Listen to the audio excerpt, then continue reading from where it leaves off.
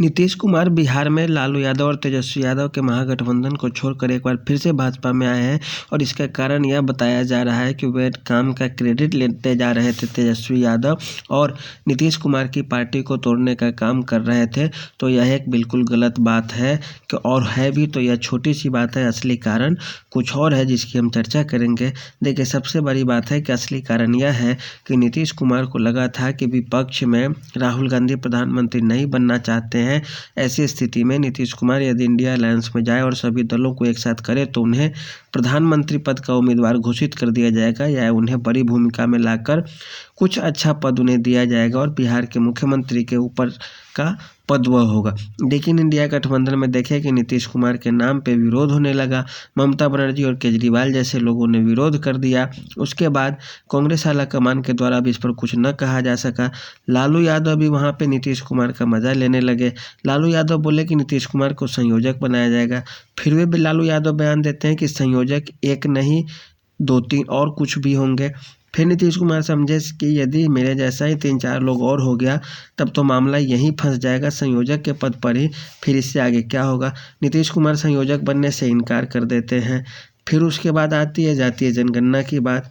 जातीय जनगणना में नीतीश कुमार भी शामिल थे, तेजस्वी यादव भी शामिल था और सभी पार्टियों ने उसमें सहमति दे दी थी। बात आई जब क्रेडिट लेने की तो राजद हल्ला करने लगा कि हम लिए थे क्रेडिट, हम करने लगे, हम लिए। उसके बाद फिर बात आती है, राजद बोल के आए थे कि हम 10 लाख नौकरी देंगे। अब 10 लाख नौकरी की बात आई तो 2.5 लाख टीचर की बहाली निकाल दी गई। नीतीश कुमार इसके पक्ष में नहीं थे कि फिर इसके लिए वेतन भी ज़्यादा देना होगा, फिर इसकी प्रक्रिया जटिल हो जाएगी।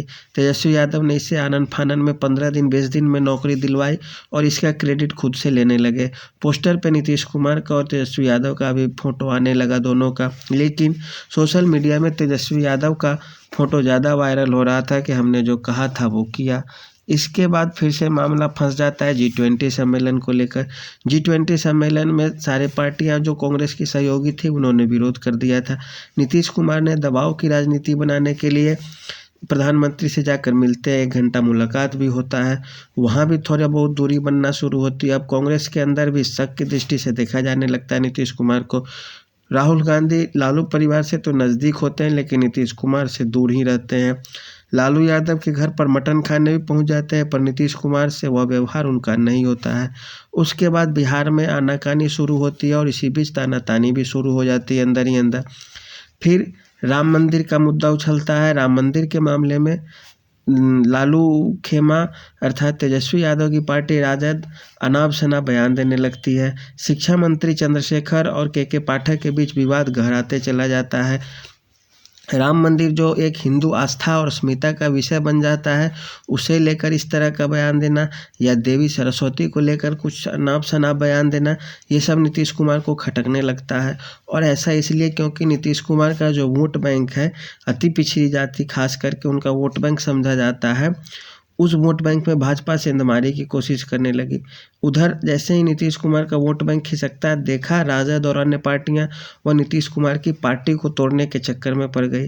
पार्टी अल्पमत में थी, इस कारण वह फिर से एक बार कोशिश करने लगी कि कुछ न कुछ इधर से उधर हो जिससे नीतीश कुमार का अस्तित्व ही खत्म हो जाए और बिहार में केवल 2 पार्टी रहे, राजद और भाजपा।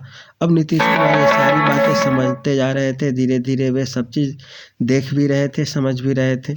उसके बाद उन्हें अब लग गया कि पार्टी छोड़ने में ही भलाई है, क्योंकि ऐसे में जो हिंदुत्व का वोट होगा राम मंदिर को लेकर, जो हिंदू समाज का जो एकीकरण होगा और एकमत होगा, उससे जनता दल यूनाइटेड को नुकसान हो जाएगा। और नीतीश कुमार के पार्टी में या जिनके जो वोटर है वह भी एक तरह से देखें तो दक्षिणपंथी विचारधारा का उन जातियों के ऊपर खासा प्रभाव है। वे लोकसभा चुनाव के साथ साथ हो सकता था विधानसभा चुनाव में भी भाजपा के खेमे में चले जाते। फिर यह राजनीति में नीतीश कुमार के अस्तित्व के लिए संकट हो जाता और यही कारण है, अभी जो आपको हम 15-20 कारण बताए हैं वही मुख्य कारण है जिसके कारण नीतीश कुमार राजद से अलग होना समझे, क्योंकि वह उनके अस्तित्व का सवाल बनता जा रहा था। यदि नहीं होते तो 2024 का लोकसभा चुनाव के बाद या उससे पहले ही पूरे पार्टी का ही विघटन हो जाता और पार्टी इसके बंटवारे को वो नहीं रोक पाते, क्योंकि उनके पास जनाधार बहुत बड़ा न होता या केंद्र की सरकार उनके साथ न होती। तो असल कारण यही है। अब भाजपा साथ आ गई, इस कारण पार्टी को तोड़ना नीतीश कुमार का इतना आसान किसी के लिए अब नहीं होगा। तो कैसा लगा ये आप हमें बताइएगा कमेंट सेक्शन में। आज के लिए इतना ही, धन्यवाद।